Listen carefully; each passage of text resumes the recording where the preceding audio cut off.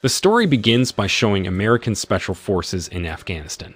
Since 9/11 events, they have sent 1,300 soldiers to hunt down terrorists and Taliban groups whose behavior is very disturbing.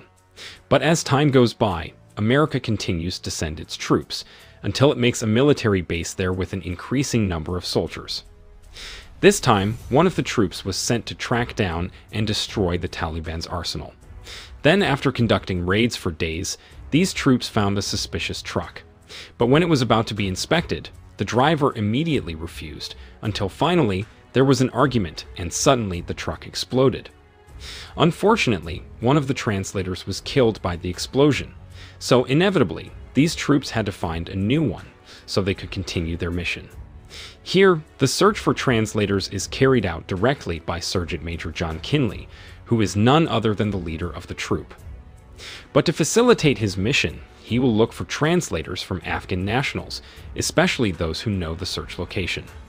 And for whoever was chosen, the American government would provide a salary and a visa to live in America. John then chose a bald man named Ahmed, who had been a translator for 5 years. And not only that, he was also an expert in repair, so if his troops needed a mechanic, Ahmed would be happy to help. Without wasting any more time, John and his troops resumed their mission. Then, with Ahmed's help, they finally found a suspicious warehouse, which was suspected of being a Taliban weapons assembly site. Unfortunately, they only found a bunch of drunk people. Having found nothing, John and the others went to a second place in the hills. But again, there was no sign of an armory. As a result, they chose to eat while waiting for other clues. Before returning to the military base, John and his troops made a toast and a little ceremony to honor of his colleague, who was killed in the explosion. Once there, John reported to his superiors that he only got tired without bringing any information. Hearing this report, John was asked to be more creative when searching for Taliban armories. Not long after that, his senior and others gave a new target, which was to caught a drug dealer named Farage. Without delay, John and the others went to the dealer's place, disguised as local residents. Then, when they got close to his position, they immediately kidnapped him secretly. Farage was then taken to a quiet place for interrogation. But in the middle of the conversation, the dealer threatened to kill all of Ahmed's family if they dared to disturb him again. Here, Amchuz didn't translate the words, so as not to disrupt the interrogation. In short, John offered the dealer 2 choices, money or prison, and if he would divulge information about the Taliban's arsenal, then he would get double the money. After hearing his offer, the dealer was even more insolent and asked to be paid in cash first. Of course, John didn't want to fulfill the request before getting the information. However, Ahmed, who was worried about his family being killed, was no choice to give his personal money to the drug dealer. Because of Ahmed's initiative, they finally got the address they needed. Then, at the military base, John asked one of the members about what the dealer had talked to Ahmed about. The member also said that the dealer threatened to kill Ahmed's family, who had been labeled as traitors. He also told about Ahmed's past, where he had sold drugs to fund the Taliban. But one day, they cruelly killed his son for no apparent reason. And from then on, Ahmed held a grudge against them. Concerned, John immediately approached Ahmed to calm him down, as well as emphasize that Ahmed shouldn't act outside the plan again. The next day, John and his team planned an ambush to the location given by the dealer. Then, one of the members suggested an alternative route to get there faster. And without thinking, John agreed to the plan. But in the middle of the journey, Ahmed asked for a turnaround, because he knew that the path they were on was a trap. Inevitably, John had to stop the trip and give orders to 2 of his members to keep an eye on the situation from the top of the hill. In addition, he also requested a surveillance drone from the military base. But while the others were on alert, Ahmed had taken down one of John's members. He then said that the member had betrayed him and was proven to be working with the Taliban. And sure enough, he admitted that he was forced to do so after the Taliban kidnapped his family. Even so, John didn't like Ahmed's reckless actions and disobedience to his orders. As the situation was getting tense, the scouts informed him that Taliban forces were approaching the location. In other words, Ahmed had saved the lives of John's troops. Later that evening, Ahmed went home briefly to visit his pregnant wife. Here he promised to get a visa soon so they could go to America and live comfortably there. The next day, John and the others continued their mission, and this time their destination was a coal mine owned by an Afghan businessman. Arriving there, they immediately secured the place. Then, Ahmed asked the mine owner about the bomb assembly warehouse. Unfortunately, the information from the owner didn't help at all, and his movements looked suspicious.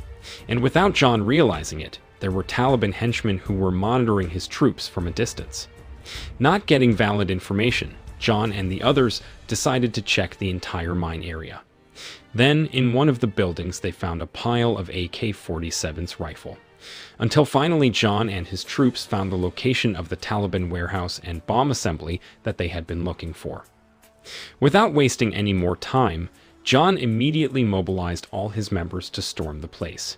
Seeing that his member was shot, John immediately took him out after placing a bomb in the warehouse. But as his troops want to return to the base, the Taliban suddenly appeared and launched a relentless attack. Unfortunately, all members of the squad had been slaughtered, except John and Ahmed. Fortunately, they were able to escape in a pickup truck that was usually used to transport animals. But on the way, the car's tires punctured, so they were forced to run to find a hiding place. After finding a safe place, they decided to rest while looking for a solution to return to the military base. In this place, John looked very angry and felt guilty, because all his members had fallen on the battlefield.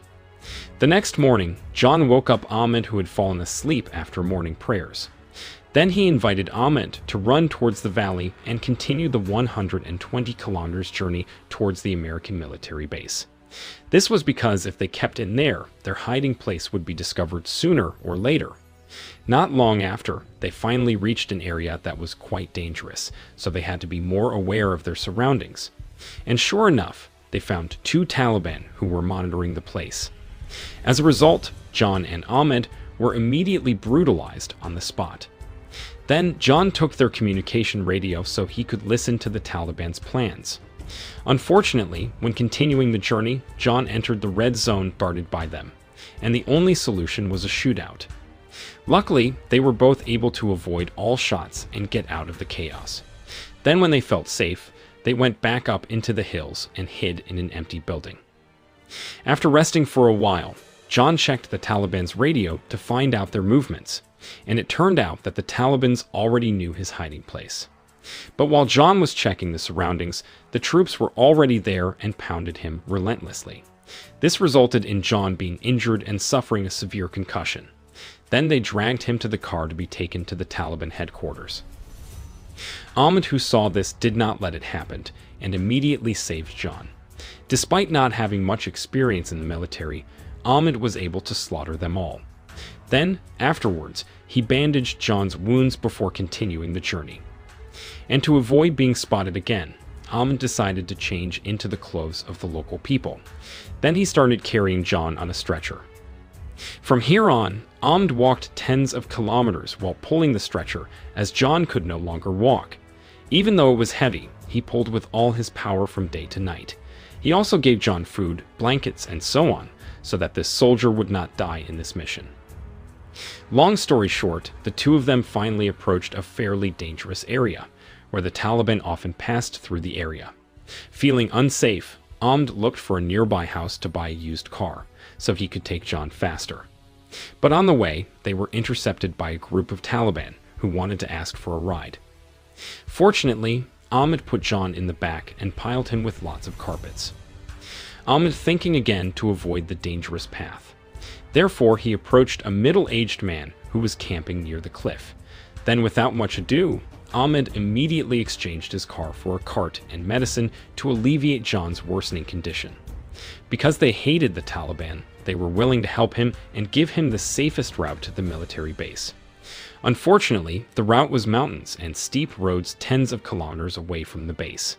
But as a very dedicated person, Ahmed didn't give up. And no matter what, he had to be able to bring John safely. After traveling through the mountains, he finally reached a local shop. He then bought a drink before continuing his journey again.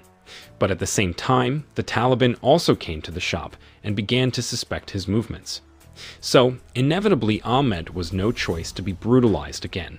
In just a matter of seconds, he was able to finish them all off with ease. Then, not long after, the American troops who were looking for John passed by the place, and they immediately stopped to secure him. From that day on, John was sent back to America to be hospitalized. Long story short, he eventually recovered and returned home with his wife, Caroline. Then he was visited by one of his seniors, who told him again about Ahmed's heroic actions in saving John. In addition, he also told him that Ahmed was considered a hero by the Afghans. But it turns out that it actually made him be a Taliban fugitive, and now forced to live nomadically, moving from house to house, even though Ahmed has been promised a visa by the American government. Hearing the story, John felt guilty and immediately called the U.S. Embassy to make a visa on behalf of Ahmed and his wife. But it turned out that the visa could only be taken 9 months later. Even so, John didn't give up. He kept trying to get it done quickly, but unfortunately, he still had to follow the procedure, which made him very angry and almost gave up. When he wanted to give up, John remembered Ahmed's struggle to save his life. Meanwhile, in Afghanistan, the Taliban group was seen coming to a residential area. Then at the same time, an informant saw him and immediately told Ahmed that the hardliners would enter his hiding place.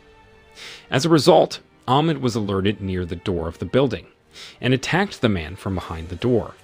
After taking down one of the troops, Ahmed and his wife left in a truck brought by the informant. On the other hand, John was consulting his seniors to find a way to get Ahmed out from Afghanistan. And since the government was unreliable, his senior suggested that he hire a private security agency. But if he wanted to hire them, John had to spend a lot of money, while his salary and savings were not enough to pay them. Until finally, he asked his wife for permission to mortgage his house. Then without thinking, his wife immediately agreed to his plan. This was because the price of their house wasn't worth Ahmed's struggle to save her husband. Before leaving for Afghanistan, John met his senior Colonel Vokes to ask for help, so that Ahmed and his family's visas could be completed quickly. Initially, Vokes could not help, especially since the visa was the responsibility of the embassy. However, John suddenly brought up the past when he saved the colonel's life 8 years ago. So, no matter what, Vokes must be able to help with the visa issue. After that, John said goodbye to his wife and 2 children, because he would soon be on a mission to return the favor. Long story short, he finally arrived at the base camp of a private security agency, and was immediately welcomed by the owner named Eddie Parker. Here, John deliberately uses the name Ronkai as a cover, so that his identity is not detected by the hardline troops. But when he wanted action, Parker informed that John had to wait for 3 days, because his troops had to escort UN diplomats first. Suddenly, John didn't accept this, especially since he had hired his troops first. To make up for his mistake, Parker finally offered remote assistance for 3 days. In addition, he will also provide weapons and other equipment. Inevitably, John was no choice to agree with this deal, because he had to save Ahmed immediately before the Taliban caught him. And without wasting any more time, he immediately went to see Ali, who is Ahmed's younger brother. There, Ali provided transportation for John, who would take him to Ahmed's location. In addition, he also sent an informant named Poya, who would escort him to his destination. After everything was ready, they set off through the hilly area. Then, in the middle of the journey, they were checked by a hardline soldier. Luckily, Poya brought a security letter from Ali, who had worked together with the Taliban. As a result, the truck escaped the raid. Unfortunately, there was another very strict checkpoint, and this time the letter wasn't strong enough to escape the raid, because the hardliners wanted to check the goods in the truck. John, who was already pressed, was no choice to go out and finish them all off, but he didn't realize that the incident was witnessed by a Taliban, who was not far from the guard post. The man then reported John and Poya's presence to his boss, who followed them from behind. On the other hand, Colonel Vokes informed John that Ahmed's visa was ready and would soon be sent to Parker's bases. The next morning, John finally arrived at Ahmed's hideout. Then he sent the location point to Parker, so that he could send reinforcements there. After noting the location, Parker told John to take Ahmed to the pickup point at the nearby dam. At Parker's bases, his men made inquiries about the name Ronkai, as he felt familiar with his face. And upon knowing John's true identity, Parker was immediately shocked.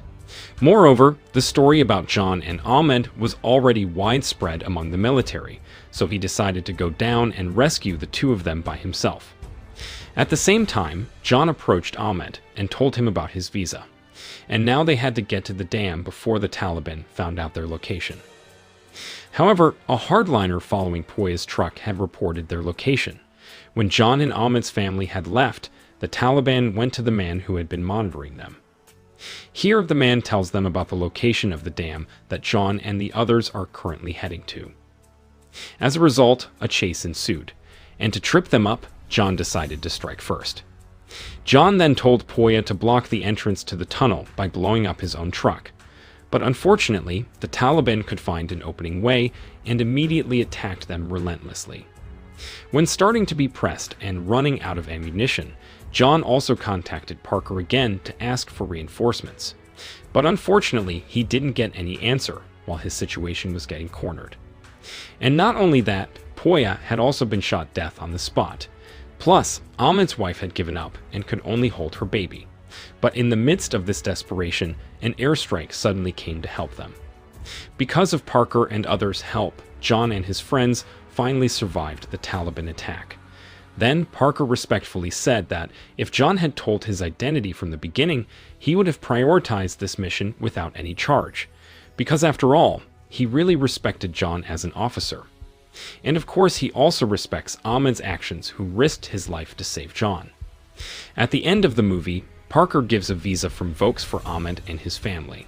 Then they are flown to America, so they can start a more comfortable life now. Then, the movie ends with a happy ending.